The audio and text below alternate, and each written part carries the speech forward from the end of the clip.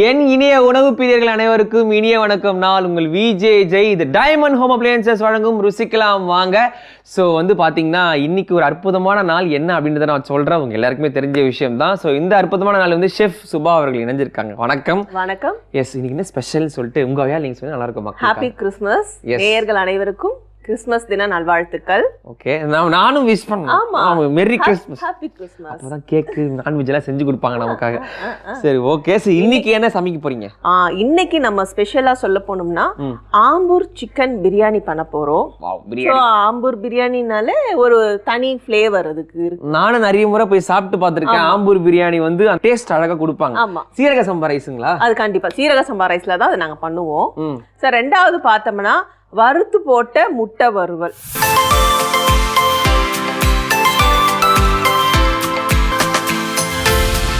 இப்ப நம்ம வந்து முட்டை வறுவலுக்கு வேண்டிய மசாலா ஃபர்ஸ்ட் வறுத்து ஆற வச்சிருவோம். ஓகேவா? ஓகே.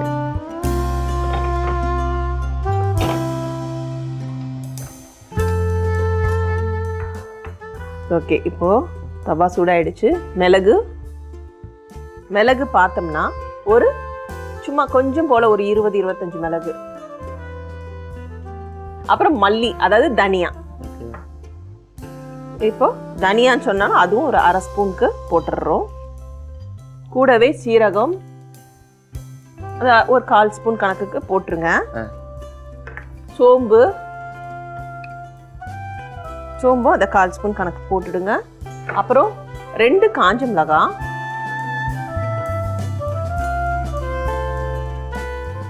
இதை நல்லா நம்ம ரோஸ்ட் ஆக்க போறோம். நான் எதுக்கு இதை ஃபர்ஸ்ட் பண்றேன்னா, மிக்ஸி ஜார் நமக்கு ட்ரையா இருக்கிறதால டக்குன்னு ஃபர்ஸ்ட் இதை ட்ரை ரோஸ்ட் பண்ணி இதை எடுத்து வச்சுட்டு அப்புறம் பிரியாணி பண்ண ஆரம்பிச்சிடலாம். இது ரோஸ்ட் பண்ணியாச்சு, நல்ல வாசனை வருது. கருக விட்டுறாதீங்க. எனக்கு வருது வாசனை. வந்துருச்சா? அவ்வளவுதான், இது பண்ணும் இல்லைங்களா? ஆமா, அவ்வளவுதான். ஓகே, இதை வந்து நான் தனியா எடுத்து வச்சிடுறேன். இது பாட்டுக்கு ஆறிட்டு இருக்கட்டும். அதுக்குள்ள நம்ம பிரியாணி எப்படி செய்யறதுங்கிறதையும் பார்த்துடலாம். இது வந்து முட்டை ரோஸ்ட்டுக்கு நான் ஃப்ரை பண்ணி இது வறுத்து எடுத்து வச்சிருக்கேன். இது ஆறட்டும். நான் அப்படி டேபிள் ஃபேன் போட்டு வைக்கிறேன் உங்களுக்காக. நம்மளோட ஆம்பூர் பிரியாணிக்கு நம்மளோட பிரியாணி பாத்திரத்தோட சேர்த்து கிறிஸ்மஸ் தான் உங்களுக்கு என்னென்னலாம் ஞாபகம் வருது? சிரிச்சுக்கிட்டே சொல்லுங்க. பார்த்து சொல்லுங்க. அது என்ன சிரிச்சுக்கிட்டேனா நீங்க வந்து ஆம்பூர் பிரியாணில வந்து கான்சென்ட்ரேட் பண்றீங்களா? நான் அப்படியே உங்களை வந்து பாத்தீங்கன்னா 50-50 ப்ளே பண்றேன் நான். நீங்க ஐடியா சொல்லணும், அப்படி சமைக்கவும் செய்யும். ஐயோ, புகை வரல, தண்ணி இருக்கு, அது கொஞ்சம் இதுவாகுது. ஓகே, இப்போ வந்து இதுக்கு தேவையான அளவு எண்ணெய். இது வந்து நான் 2 பவுல் ரைஸ் எடுத்து வச்சிருக்கேன். அதனால நல்லா ஒரு குழி கரண்டி ஃபுல்லா நம்ம எண்ணெயை எடுத்து ஊத்திடலாம். குழம்பு கரண்டி, நல்ல பெரிய கரண்டியே 1-1.5 கரண்டி எண்ணெயை ஊத்தியாச்சு. எண்ணெய் நல்லா சூடாகட்டும். நான் நெய்யை வந்து இது கூட போடுறது இல்லை. நெய் ஃபைனலாக தான் பிரியாணிக்கு பண்ணுவேன். தாளிக்கிறதுக்கு பார்த்தோம்னா பட்டை சாமான். இதுதான்ப்பா டெக்கரேஷன்ஸ்லாம் வந்து அழகா இருக்கும். ஏலக்காய், பட்டை. இதுக்கு தேவையான அளவு அன்னாச்சி பூ. ஃபர்ஸ்ட் அன்னாச்சி பூ போட்டுருவோம். அப்புறம் பட்டை, ஒரு 2 பட்டை. கிராம்பு பார்த்தோம்னா ஒரு 6-7 கிராம்பு. 6-7 கிராம்பு போட்டாச்சு. ஓகேவா? அப்புறம் ஏலக்காய் பிரியாணியோட ஃப்ளேவரை இன்க்ரீஸ் பண்ணோம். ஸோ ஏலக்காய் பார்த்தோம்னா ஒரு 7 ஏலக்காய் போட்டுட்டேன். மெயினாக இந்த பிரியாணியோட ஒரு மாதிரியான ஒரு வாசனை வரும் தெரியுமா ஆம்பூர் பிரியாணியில்? ஆமா, அது என்ன சொல்றது, அதுக்கு பேர் எனக்கு சொல்ல தெரியல. ஆனா அந்த ஃப்ளேவர் வந்து என்னால சென்ஸ் பண்ண முடியும். ஒரு மாதிரி ஸ்மெல் வரும். இது என்னன்னு பார்த்தோம்னா இது கல்பாசி.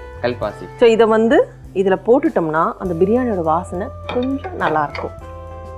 இதுக்கு பார்த்தோம்னா நீல வாக்கில் வெட்டின ஒரு வெங்காயம், பெரிய வெங்காயத்தை நம்ம போட்டுடணும். அதாவது சின்ன சைஸாக இருந்தால் 2 வெங்காயமாக கட் பண்ணிக்கோங்க. சரி, இதை நல்லா வதக்கி விட்டுடலாம். இப்போ வெங்காயம் நல்லா வதங்கணும் நமக்கு. இது கூட கொஞ்சம் உப்பு சேர்த்துட்டோம்னா வேகமாக வதங்கிடும்.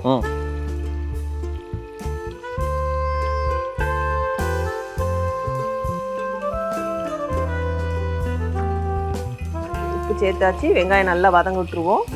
வெங்காயம் வதங்கிறதுக்குள்ள நம்ம முட்டை வறுத்த அரைச்ச மசாலாவுக்கு இதை அரைச்சிருவோம்.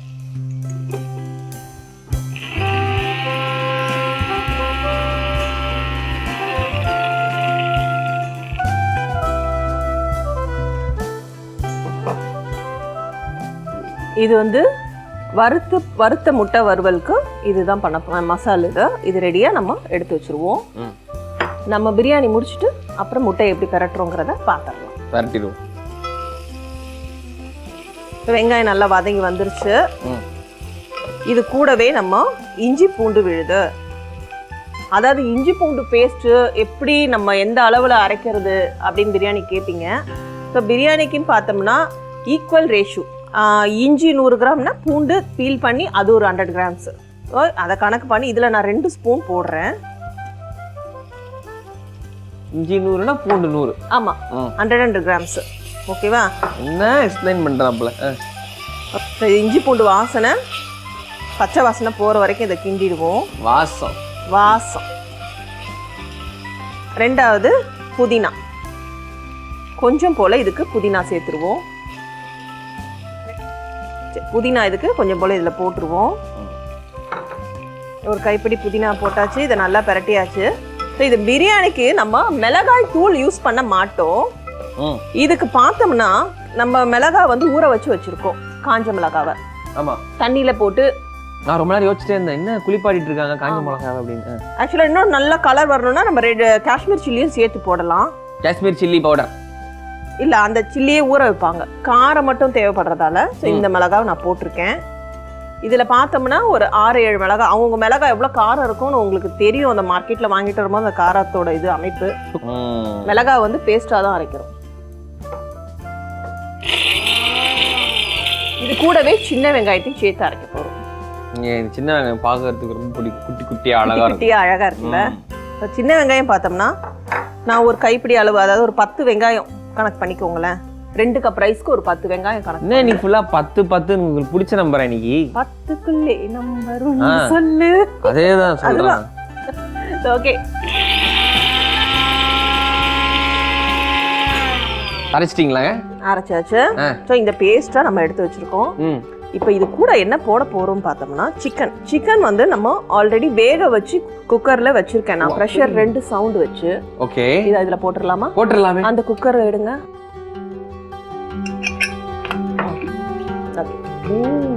இதை பாபிக்யூ பண்ண நல்லா இருக்கும்ல. இப்போ வந்து இந்த சிக்கனை வந்து நான் மஞ்சப்பொடி போட்டு ஆல்ரெடி வேக வச்சுட்டேன். இதை வந்து நான் உள்ள போட்டுடுறேன். 1 2 லெக் பீஸ் பார்த்துட்டேன். இப்போ 2 கப் ரைஸ்க்கு நான் ஒரு 700 கிராம்ஸ் சிக்கன் எடுத்திருக்கேன்.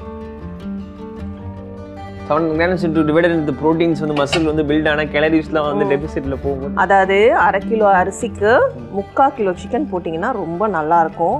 இதை நல்லா வதக்கி விடுங்க. சரி, எனக்கு ஒரு டவுட். சிக்கனை எதுக்கு வந்து வேக வச்சு போடுறீங்க? ஒருவேளை இந்த சீரக சம்பா ரைஸ்னா அந்த டெக்னிக்ல தான் போடணுமா? இல்ல பச்சையா அப்படியே போடலாம், போட்டும் வதக்கலாம் நம்ம. ஸோ இது இன்னும் கொஞ்சம் சீக்கிரம் வெந்துடும். இப்போ நமக்கு ரெண்டாவது குயிக்கா பிரியாணி இன்ஸ்டன்டா வேணும்னா இந்த மாதிரி ஒரு வேக வச்சு போட்டுட்டோம்னா கொஞ்சம் சாஃப்டாகவும் இருக்கும் சிக்கன் உங்களுக்கு. ஓகே, நிறைய பேர் ஒரு சில டெக்னிக்ஸ்லாம் யூஸ் பண்ணுவாங்க. அது நீங்க வித்தியாசமான டெக்னிக்லாம் யூஸ் பண்றீங்க. அதான் அந்த டவுட் வந்துச்சு. இதை நல்லா வதக்கி விட்டுருவோம். இது கூடவே இந்த மிளகாவையும் வெங்காயத்தையும் அரைச்ச பேஸ்ட். ரைட், இதையே இது கூட போட்டு விட்டுறலாம். இதுதான் இதுக்கான காரம். இதுக்கு பச்சை மிளகாய் காரம் கிடையாது.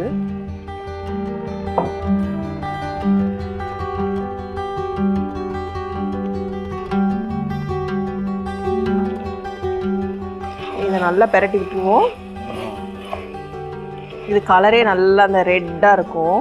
இந்த மிளகா இருக்கிறதால நல்லா ரெட்டா இருக்கும் பிரியாணி உங்களுக்கு.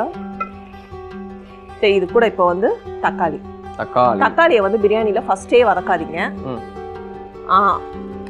புளிப்பு வந்து பிரியாணியில் கூடிடும். அதுக்கு நீங்கள் தக்காளி அவ்வளோதான் அப்படின்றீங்க? அவ்வளோதான். அதாவது ஒரு தக்காளி, பெரிய தக்காளியாக இருந்தது, அதனால ஒரு தக்காளி போட்டிருக்கேன். நல்லா வதக்கி விட்டுட்டு இது கூடவே தயிர்,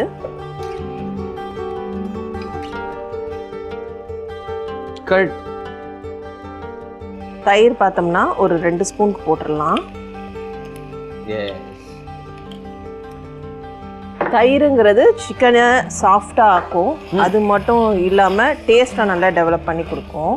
இப்போ வந்து இதுக்கு தேவையான அளவு தண்ணின்னு பார்த்தோம்னா இதுல 2 பவுல் ரைஸ் எடுத்திருக்கேன். ஸோ தண்ணி பார்த்தோம்னா 3 பவுல் தண்ணி ஊற்றினா போதும். ஈவன் ரேஷியோ ஊற்ற வேண்டாம், அரிசி ரொம்ப குழஞ்சிரும் உங்களுக்கு. ஸ்டாக். ஆமாம். ஸோ சிக்கன் வேக வச்ச தண்ணியவே ஸோ இது ஒரு பவுல் ஃபுல்லாக ஊற்றிட்டேன். ஏன்னா நான் சிக்கன் ஏற்கனவே வெந்த சிக்கனுங்கிறதால இப்போ வேகணும் அவசியம் இல்லை. தண்ணி கொதிச்சா போதும், உடனே ரைஸை போட்டுடலாம். நான் சீக்கிரம் சாப்பிட்றலாம்.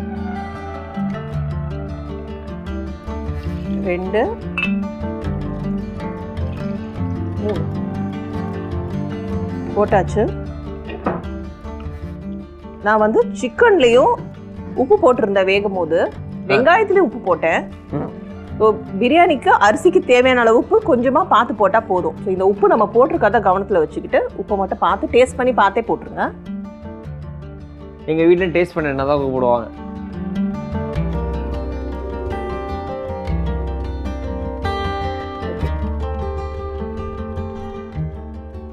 இது நல்லா கொதி வரட்டும்.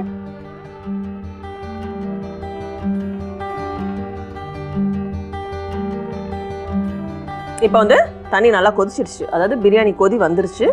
இந்த அரிசியை வந்து இதில் போட்டுடணும். நான் அரிசியை வந்து எப்போ ஊற வைப்பேன்னா, நம்ம வெங்காயம் வதங்குறப்பவே அரிசியை நம்ம ஊற வச்சிடணும். ஸோ அதுலேருந்து கரெக்டாக நமக்கு 15 மினிட்ஸ் அரிசியும் ஊறிடும். 15 நிமிஷம் 20 நிமிஷத்துக்குள்ள அரிசி ஊறிடும். ஸோ அரிசி இதில் போட்டுருவோம். நல்லா தண்ணியை வடிச்சிட்டு போட்டுருங்க. அதில் இருக்கிற தண்ணி வரக்கூடாது, கரெக்டாக இருக்கும். ஆமாம், இருவிடணும். ஆமாம், ஏன்னா இதில் தண்ணி அளவு கரெக்டாக இருக்குல்ல. கிறிஸ்மஸ் அதுவுமா இன்னைக்கு நேயர்கள் நல்ல இந்த பிரியாணியை பாருங்க, வீட்டில் செஞ்சு பாருங்க. இதை நல்லா பெரட்டி விட்டுருங்க. நான் சொன்ன அளவுக்கே நீங்கள் பண்ணீங்கன்னா உங்களுக்கு சூப்பரான ஆம்பூர் ஸ்டைல் பிரியாணி ரெடி ஆகிடும்.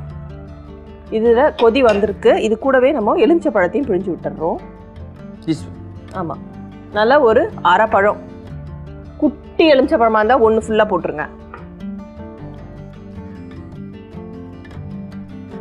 ஸோ பிரியாணி இங்கே நல்லா கொதிக்கட்டும்.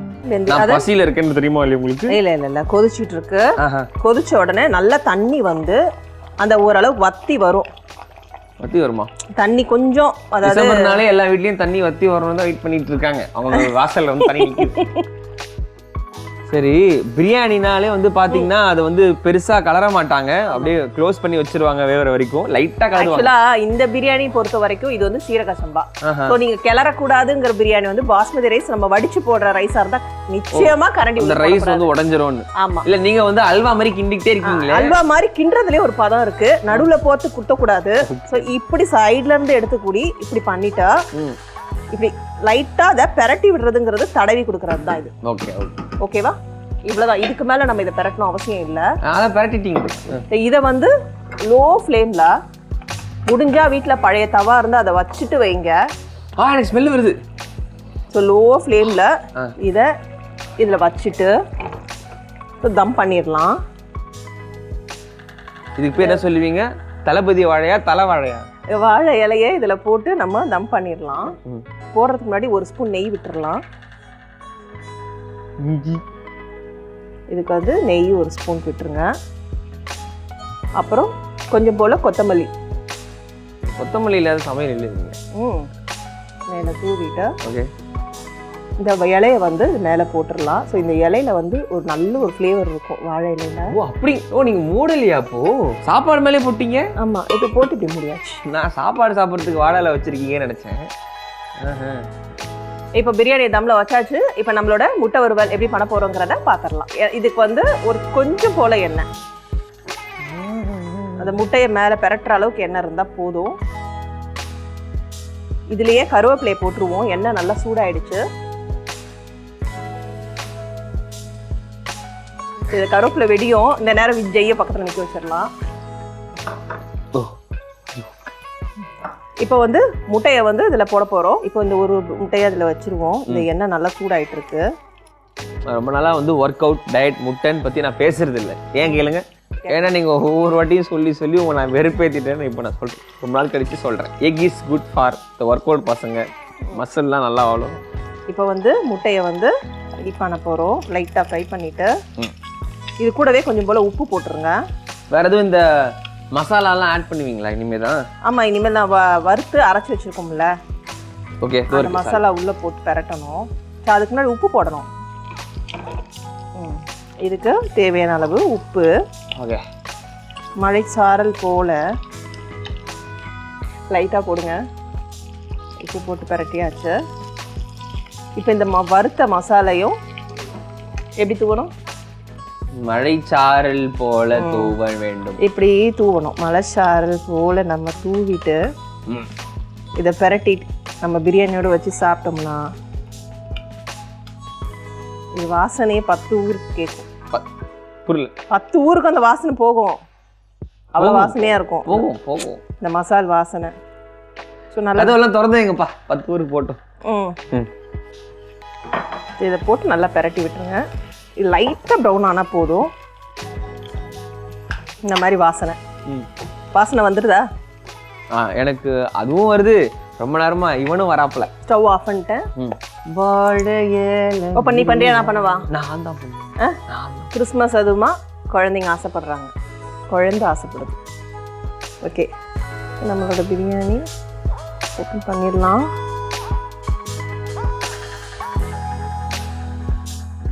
இதை ஆஃப் பண்ணிவிட்டு இப்போ வந்து பிரியாணி நமக்கு நல்லா வெந்து வந்திருக்கு.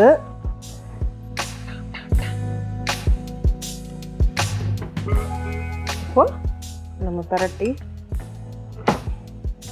நம்மளோட ஆம்பூர் பிரியாணி ரெடி ஆயிடுச்சு. நல்லா சட்டுன்னு பட்டுன்னு இப்போ ஷோ பார்த்து முடிக்கிற ஒரு 1/2 hourல போய் இந்த பிரியாணியை பக்காவாக ரெடி பண்ணிடலாம். நீங்கள் 1/2 hour நீங்க பண்ணுவீங்கப்பா. நம்ம 1/2 hourல ரெடி பண்ணிட்டோம்ல. சுபா 1/2 hourல பண்ணுவீங்க. 1/2 hourல ஆம்பூரே ரெடி நம்ம கிட்ட. மக்கள் 1/2 hourல எப்படிங்க பண்ணுவாங்க? பவுல் கொடுங்க.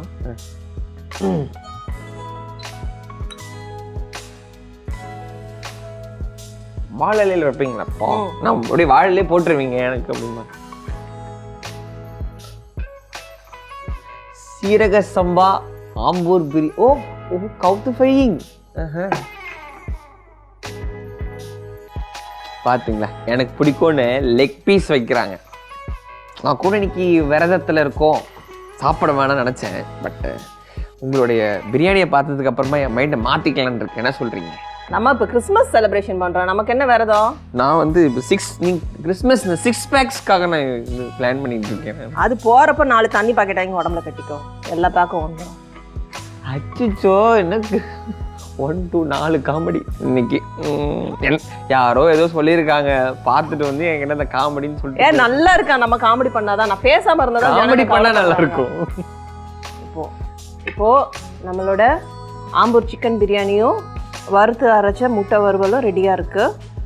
நான் தான் டேஸ்ட் பண்ணேன். வேற யாரும் கூப்பிடுறீங்களா? ஹாப்பி கிறிஸ்மஸ் நேயர்களே, இதை சாப்பிட்டு பாருங்க. இதோட ஜெய் சாப்பிட்டு பார்க்கட்டும். ஓகே, முதலில் ஆம்பூர் பிரியாணி.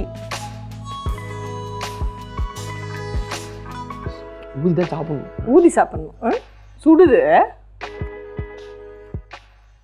நீங்க சொன்ன மாதிரி அந்த லைட்டா அந்த வாசனை, அதுக்கப்புறமா அந்த அடுப்புல செஞ்ச அந்த ஸ்மெல் வரும். கரெக்ட், அது வந்திருக்கு. கட்ட அடுப்புல போட்டா வர ஸ்மெல் வரும். கரெக்டா கண்டுபிடிச்சிருக்கேன். அந்த அதான் நம்ம வந்து அந்த வாழை இலை போட்டு தம் பண்ணும்போது ஓரளவுக்கு அந்த ஸ்மெல் உள்ள இறங்கும்.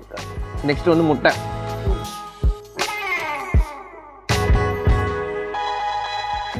Nice nice. Thank you. சாப்பாடோட சேர்த்து சாப்பிடணுமா இப்போதான்? ஸோ நான் மட்டும் இல்லை, எல்லாருமே வந்து கண்டிப்பாக வந்து ஆம்பூர் பிரியாணி மற்றும் இந்த முட்டை ஃப்ரை வந்து கண்டிப்பாக வந்து சூப்பராக வந்து செய்கிறதுக்கு எல்லா ரெசிபீஸும் வந்து சொல்லியிருக்காங்க. அதுவும் சாப்பிட்ல வந்து பார்த்தீங்கன்னா இந்த டேஸ்ட் உள்ள நடனம் ஆடுது எனக்கு. இதே மாதிரி அடுத்து என்ன பிரியாணி பண்ண போறீங்க அப்படின்னு சொல்லி நான் அவளோட இருக்கேன். நன்றி. அண்ட் ஒன்ஸ் அகைன் மக்களுக்காக வந்து நம்ம 2 பேரும் சேர்த்து ஹாப்பி கிறிஸ்மஸ் சொல்லுவோமா? So happy Christmas.